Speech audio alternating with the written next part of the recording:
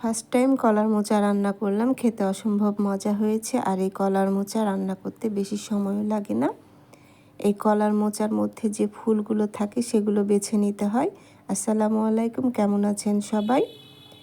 চলুন দেখা যাক এই কলার মোচার ভাজিটি আমি কিভাবে তৈরি করেছি। এই কলার মোচার ভাজিটি দুইভাবে তৈরি করা যায়।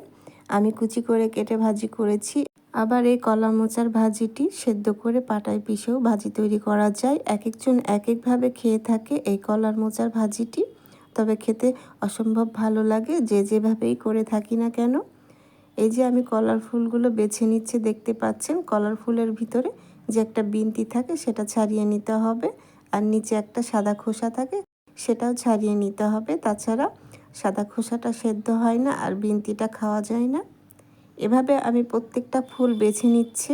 কলার মোচার মধ্যে যে বড় বড় ফুলগুলো থাকে সেগুলো বেছে নিতে হয়, আর কচি ফুলগুলো বেছে নিতে হয় না, ওটার ভিতরে কোনো বিনতি তৈরি হয়নি, এমনিতেই ওটা সেদ্ধ হয়ে যাবে। কচি অংশটা আমি নিয়ে নিচ্ছি, আর বড় অংশগুলো আমি বেছে নিয়েছি। কচি অংশগুলো বেছে নেওয়ার দরকার নেই, দেখতেই পাচ্ছেন আমি কচি অংশগুলো নিয়ে নিয়েছি। এভাবে সবগুলো কলার মোচা আমি এভাবে বেছে নিয়েছি।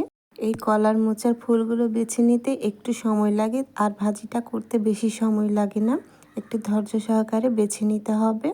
তৈরি হয়ে গেছে, আমার বাছা হয়ে গেছে কলার মোচার ফুলগুলো আমি নিয়ে নিয়েছি, দেখতে পাচ্ছেন। এখন আমি এই কলার মোচার ফুলগুলো কুচি করে কেটে নেব। সবগুলো কলার মোচার ফুলগুলো আমি খুব পরিষ্কার করে বেছে নিয়েছি। এই কলার মোচার ফুলগুলো এভাবে সেদ্ধ করে ভাপ দিয়ে আবার পাটায় পিষেও ভর্তা করে বা ভাজি করে খাওয়া যায়। আমি এখন এই কলার মোচার ফুলগুলো কুচি করে কেটে নেব। আমি কুচি করে কেটে নিচ্ছি, দেখতে পাচ্ছেন।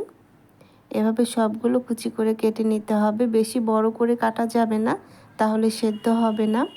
আমি চিকন চিকন করে কুচি করে কেটে নিচ্ছি, দেখতে পাচ্ছেন। আমি চাকুর সাহায্যে কেটে নিচ্ছি, আপনারা চাইলে বটি দিয়েও এই কাজটি করে নিতে পারেন, তবে চাকু দিয়ে করলে বেশি ভালো হয়, তাড়াতাড়ি করে কাটা যায়। এভাবে আমি সবগুলো কলার মোচার ফুলগুলো কেটে নিয়েছি। এখন এই কলার ফুলগুলো আমি ধুয়ে নেব, সেজন্য একটা ছিদ্রযুক্ত চালনি নিয়ে নিয়েছি। এভাবে ধুলে সুবিধা হয়। আবার অনেকে ভাপ দিয়েও তারপরে ধুয়ে নেয়, আমি কোনো রকম ভাপ দেব না, একবারই এই ভাজিটা করে নেব। একটি ফ্রাই প্যান আমি ভালো করে গরম করে আমি এখানে রেগুলার রান্নার তেল দিয়ে দিলাম 3 টেবিল চামচের মতো, আর একটা বড় সাইজের রসুন কুচি আমি দিয়ে দিচ্ছি। দিয়ে এখন আমি রসুন আর পেঁয়াজটা ভালো করে ভেজে নেব বাদামি করে।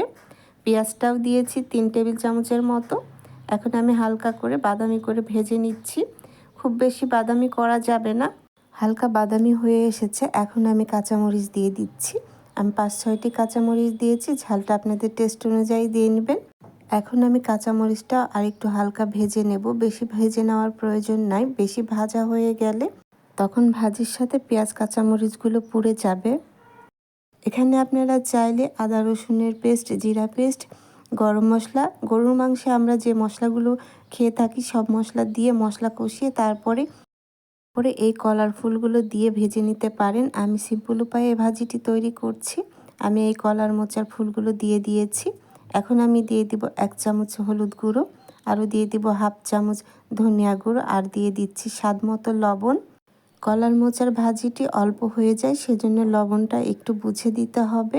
আমি এখানে 1 চামচের মতো লবণ দিয়েছি। এখন আমি নেড়ে চেড়ে মিশিয়ে নিচ্ছি।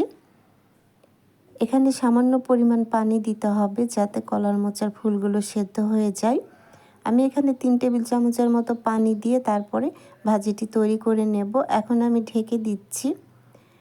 আমি 3 টেবিল চামচের মতো পানি দিয়েছি। এই ভিডিওটা আমার স্কিপ হয়ে গেছে, আপনারা অবশ্যই পানি দিয়ে নেবেন। এখন আমি ভাজিটি ঢেকে দিচ্ছি। আমি 5 মিনিটের মতো রান্না করব। 5 মিনিট পর আবারও একটু নেড়ে দিতে হবে, মাঝে মাঝে নেড়ে দিতে হবে। আমি একটি তেজপাতার টুকরো করে দিয়ে দিচ্ছি। এখানে গরম মশলা দিতে পারেন, দিলে আরও বেশি ভালো হয়। এখন আমি ভেজে নিচ্ছি, দেখতে পাচ্ছেন পানিটা টেনে গেছে আর মোচাগুলো সেদ্ধ হয়ে গেছে। আমি এখন ভাজিটা একটু নেড়েচেড়ে আবার ঢেকে দিচ্ছি। আরও 5 মিনিটের মতো আমি এই ভাজিটি ভেজে নেব। ভাজিটি একটু ভাজা ভাজা করে ভেজে নিলে খেতে বেশি ভালো লাগে।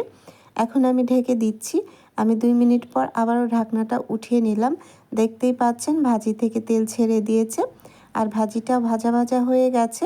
একটু ভাজা ভাজা করে নিলে খেতে বেশি ভালো লাগে। ভাজিটি আমার তৈরি হয়ে গেছে, এখন আমি নামিয়ে নিয়েছি। দেখতেই পাচ্ছেন কতটা লোভনীয় হয়েছে কলার মোচার ভাজিটি। আর এই কলার মোচার ভাজিটি গরম ভাতের সাথে খেতে অসম্ভব মজা লাগে। আপনারা বাসায় একবার ট্রাই করে দেখতে পারেন। আশা করছি আপনাদের কাছেও এই কলার মোচার ভাজিটি খেতে ভালো লাগবে। আর বাসায় একবার ট্রাই করে আমাকে অবশ্যই কমেন্ট করে জানাবেন কেমন হয়েছে এই কলার মোচার ভাজিটি। আশা করছি আজকে আমার এই কলার মোচার ভাজির রেসিপিটি আপনাদের কাছে ভালো লেগেছে। রেসিপিটি ভালো লাগলে অবশ্যই পেজটি ফলো দিয়ে রাখবেন ও একটি লাইক, কমেন্ট ও শেয়ার করে দিবেন। চলে আসবো আবারও অন্য কোনো নতুন ও সহজ রেসিপি নিয়ে। ভালো থাকবেন সবাই। আল্লাহ হাফেজ।